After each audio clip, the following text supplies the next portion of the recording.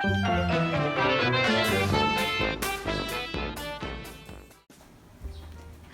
my name's Paige and welcome back to another video.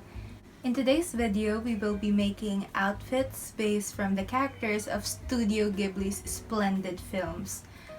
So the goal isn't to replicate 100% but rather to take inspiration from them. It could be in the color combinations or schemes, the cuts, the overall vibes, or even just the characters themselves. I thought that maybe even if we're not doing cosplay or costumes, we could still incorporate a bit of the magic and wonder into our everyday by taking inspiration from these characters. So without further ado, let's fly on to the video!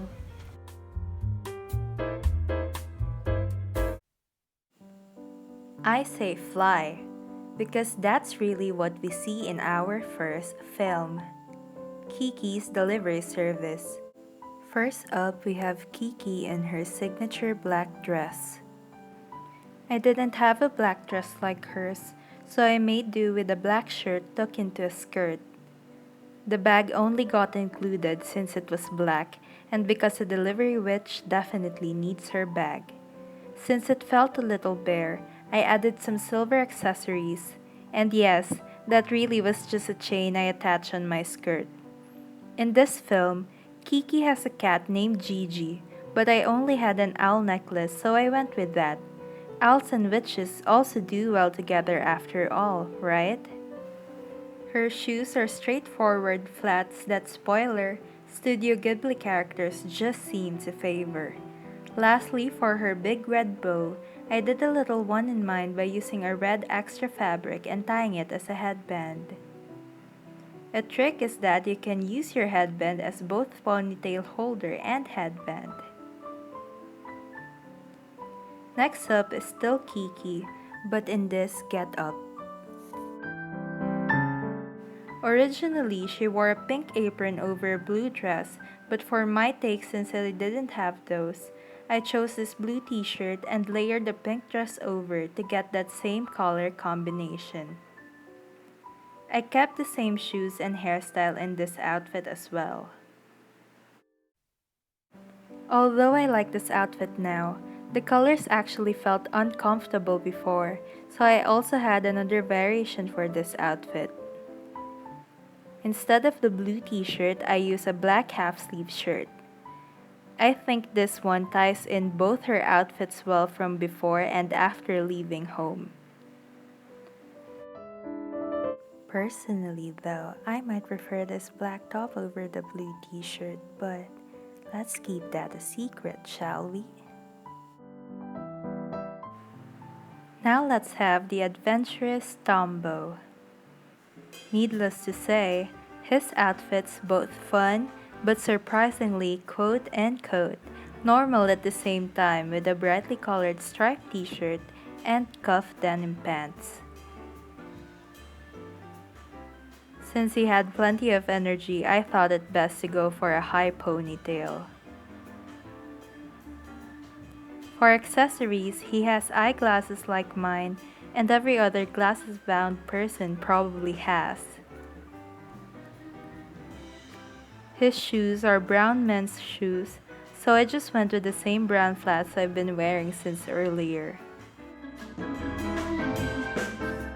I also added in this yellow long sleeves around my neck because he also had something similar the first time we actually meet him.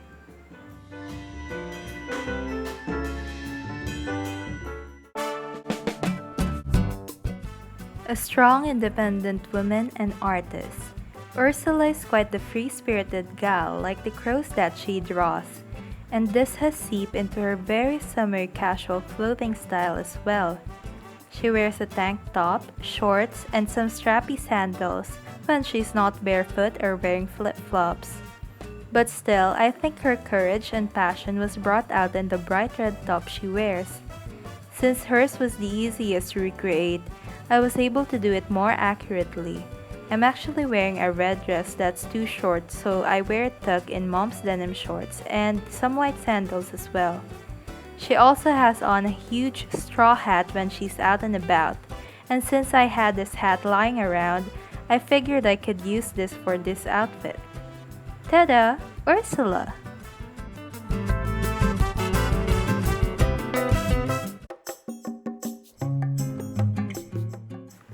On to our next film.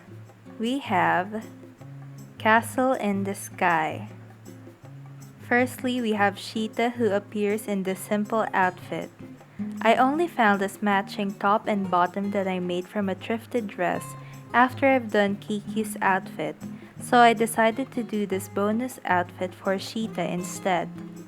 She actually wears a navy blue dress which, surprise, not surprise, I don't have too. Her necklace plays an important role in this movie, but I don't have anything similar to it. The important thing seems to be that it be big, and so I use this tree that's actually from a keychain. If you watch the movie, this tree might make a lot of sense. If not, then at least it matches my brown shoes.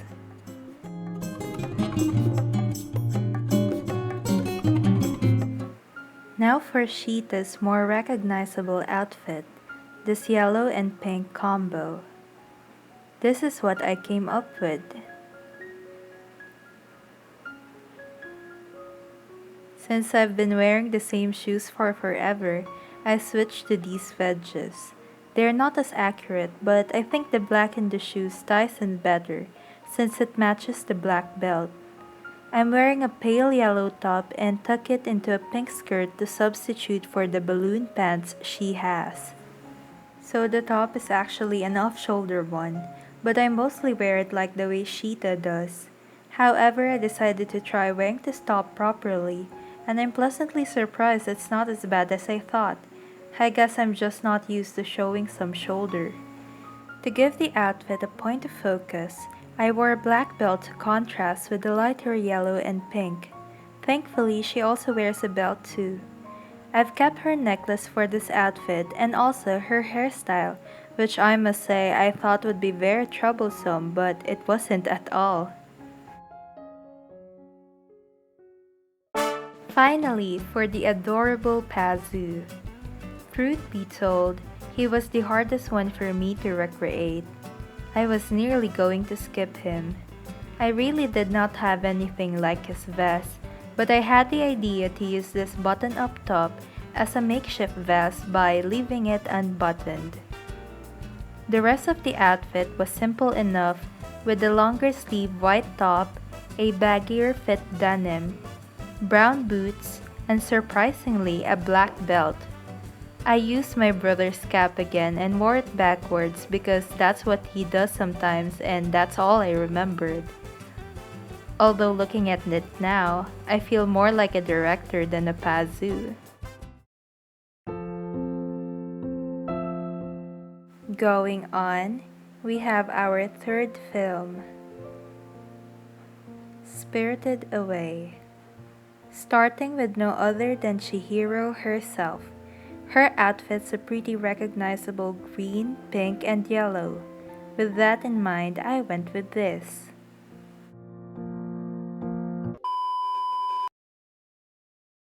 Oh no, I'm gonna attempt to recut this bangs. I know it's a bad idea. Is it? I'm not sure actually. I said I was okay. I still ended up cutting my bangs even though I've been trying to grow them out for months. Oh well, hair grows. I wonder when I will. So going back, I wore a green and white striped polo shirt since that was the closest I had to Chihiro's one. And instead of her pink shorts, I have another pink skirt, only this time shorter. I like it untucked for a more relaxed style, but one can always tuck it in too. I also switched out the beaten up pink shoes from earlier, so for footwear, I ended up reversing her white socks and yellow shoes into yellow socks and white shoes. Last detail to remember, a ponytail. Remember, bangs are not required. Now it's time for Chihiro's days as Sen. It's an all-pink outfit for all the bathhouse workers, and this is what I came up with. It's not a true one-color set, but it's still based there. Keeping the same skirt, I changed my top into something of that similar color. Honestly, I'm not sure what this color is. Pink? Orangey red? Peach? Please tell me in the comments. So with that shirt, I tied this long fabric that I cut from a dress into a belt like the one Chihiro wears. I didn't know it made such a big ribbon at the back, so a tip if you prefer hiding it and you're using a long strip like mine, you can tie it twice like so. I couldn't see well while filming, so I didn't hide it well in this clip. Oops.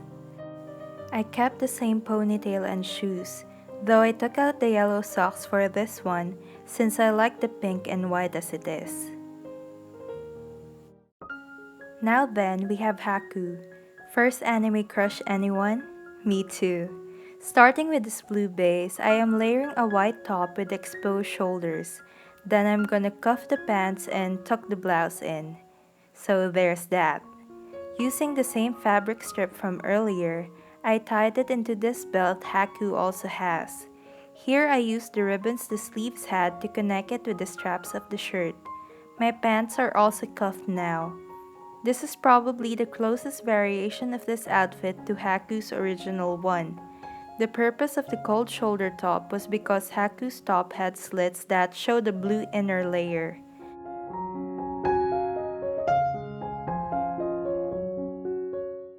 Admittedly, it felt hot, so I ended up wearing it as it's meant to be with exposed shoulders. And this way, it's more casual and wearable. For shoes, I went with some white sandals to match the top.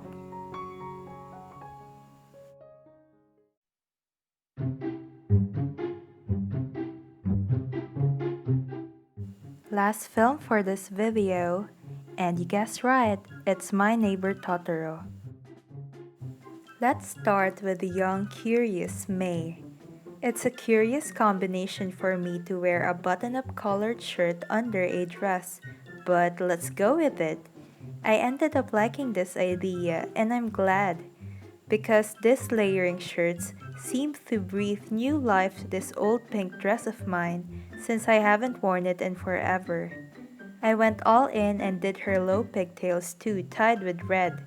For her shoes, instead of doing the same brown flats again, I went with boots this time. I'm using the same hat from Ursula's for this too, except I forgot to put a red strip when I filmed this. Shame. I just added in this bag as May seems to favor a bag in the yellow color family. And that's it for May. Let's now look at May's older sister, Satsuki. So I took inspiration from what she normally wore and her outfit in the ending credits to create this. Keeping it in the yellow to brown color family, I'm wearing the yellow off-shoulder top again under this beige jumpsuit. I kept it mostly monochromatic and wore my sole pair of boots once again, but I was getting a bit bored of that, so I also tried these beige sandals. And for being cuter and more comfortable, they're truly my pick now. From this, I learned that you can wear off-shoulder tops with jumpsuits like this too. I always thought rompers and the like were only limited with t-shirts, but do give this combo a try. It's definitely a lot of fun. For my hair ribbon, if you guess it's a random fabric, you're most definitely correct. And what do we have here? A bonus Satsuki outfit. She wears this summery yellow dress for a while near the end. I've decided to recreate it with this yellow tank top, white skirt, and strappy white sandals. I went for a low ponytail because it's too hot not to tie your hair in summertime. I also added in a necklace since it felt too bare. And there you have it, Summer Satsuki. Finally, we have Satsuki and May's father, Mr. Kusakabe Tatsuo. Like Pazu, I was also wondering if I should skip this because of his cute red vest until I stumbled upon this idea. Instead of a long sleeve button-up with a vest over it, I used a sweater instead and layered it over this white top with a collar, the same one I used for May. For pants, I have on my favorite pants, wide leg ones like his. And for footwear, I settled on boots again because, well, no reason really but that they work. I get to wear my glasses again for this one, so yay for sight! I feel surprisingly at home in this outfit that if I were a character, I might wear this, since hopefully it'll mean I get to live somewhere cold enough to wear a sweater. A final touch of mine is to include this owl necklace though so it won't feel too bare. That's it for today's video. Please watch out for a part 2 coming up with the rest of the characters. I hope you liked this one and I'll be looking forward to seeing you in the next. Bye bye!